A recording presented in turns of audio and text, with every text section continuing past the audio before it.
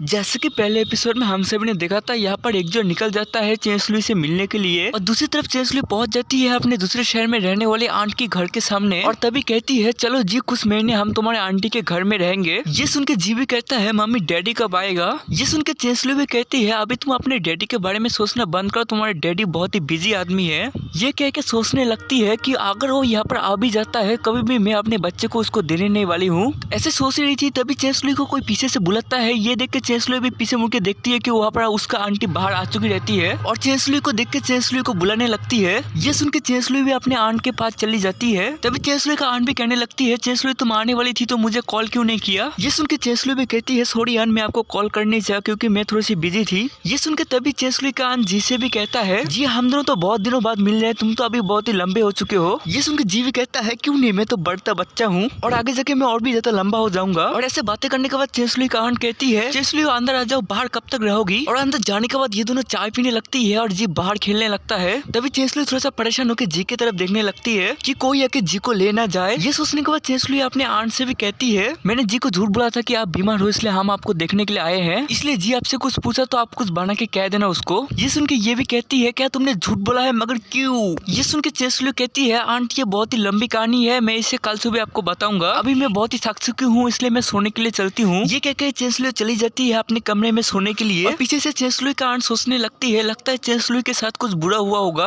और चेंसलुई का सोने के जाने के कुछ समय बाद चेंसलुई के आंट के घर के सामने बहुत सारे महंगे कार आके रुक जाता है और आप सभी को तो पता लग ही चुका होगा कि ये एक्सो के सिवा और हो भी कौन सकता है। और कार से उतरने के बाद अपने बॉडीगार्ड से पूछता है यही क्या चेंसलुई का आंट का घर है। ये सुन के पीछे से बॉडीगार्ड भी कहता है हाँ ये मिस चेंसलुई का आंट का ही घर है। तभी जी गार्डन में खेल रहा था और एक्सो को देख के जी दौड़ के डैडी कह के एक्सो के पास चला आता है और जी को देख के एक्सो भी जी को गोद में उठा के कहता है क्या तुमने तुम्हारे डैडी को मिस किया। ये सुन के जी भी कहता है हाँ मैं आपको बहुत ही मिस कर रहा था। तभी एक्सो को अंदर आदमी समझ के चेंसलुई का आंट घबराते हुए घर से बाहर आ जाती है और एक्सो को देख के कहता है कौन हो तुम। ये सुन के एक्सो जी को नीचे उतार के कहने लगता है आपसे मिलकर अच्छा लगा आंट, मैं हूँ एक्सो जी का डैड। ये सब सुन के नीचे से जी भी कहता है हाँ ये मेरे डैडी है। ये सुन के चेंसलुई का आंट सोचने लगती है ये दोनों तो देखने में बिल्कुल एक दूसरे के जैसे ही है। इस आदमी को देखने से ऐसा लगता है जैसे कि जी एकदम से बड़ा हो गया है। तभी एक्सो कहता है आंटी चेंसलुई का रूम कहाँ पर है, मैं चेंसलुई से मिलना चाहता हूँ। ये सुन के आंट भी कहती है ऊपर जो तुम्हें ये रूम दिख रहा होगा ना यही चेंसलुई का रूम है, मगर चेंसलुई अभी सो रही होगी। ये सुन के एक्सो भी कहता है आप चिंता मत करो मैं सिर्फ जाके मिल के आऊंगा चेंसलुई से। ये कह के जी को भी कहने लगता है जी तुम यहाँ पर अच्छे बच्चे की तरह रहना, मैं तुम्हारे मॉम से मिल के आता हूँ। ये कह के एक्सो वहाँ से जाने लगता है और पीछे से आंट सोचने लगती है चेंसलुई ने मुझे कभी नहीं बताया उसका इतना हैंडसम हस्बैंड के बारे में और मुझे अभी सब कुछ समझ में आ रहा है चेंसलुई इतना परेशान क्यों थी, क्योंकि मियां बीवी में जो झगड़ा होता है वही हुआ होगा।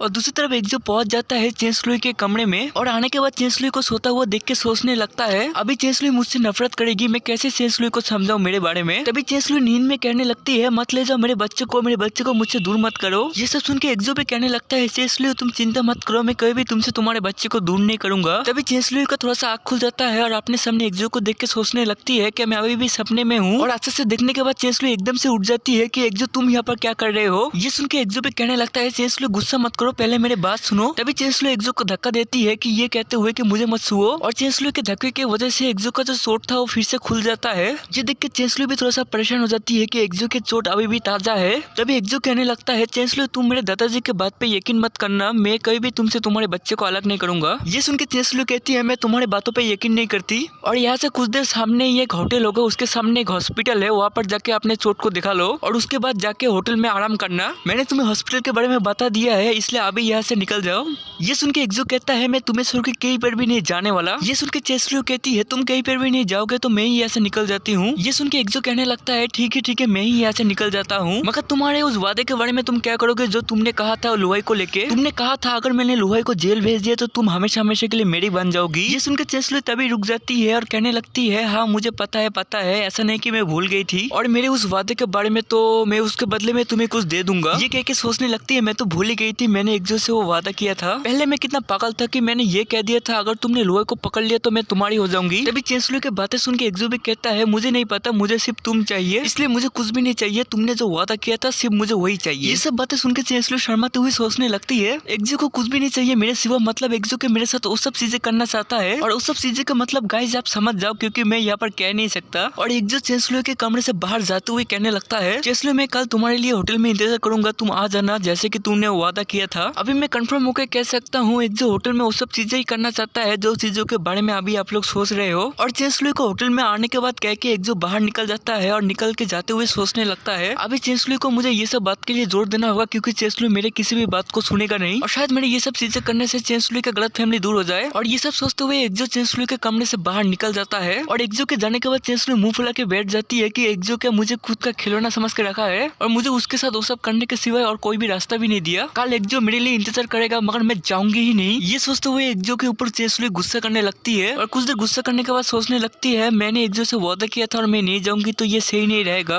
और यहाँ से ये एपिसोड खत्म होता है और चेंसलुई एक्जो के साथ वो सब करने के लिए जाएगी या नहीं जाएगी ये हमें अगले एपिसोड में पता चलेगा। तब तक के लिए हो सके तो प्लीज मेरे चैनल को लाइक और सब्सक्राइब कीजिए। मिलते हैं अगले एपिसोड में।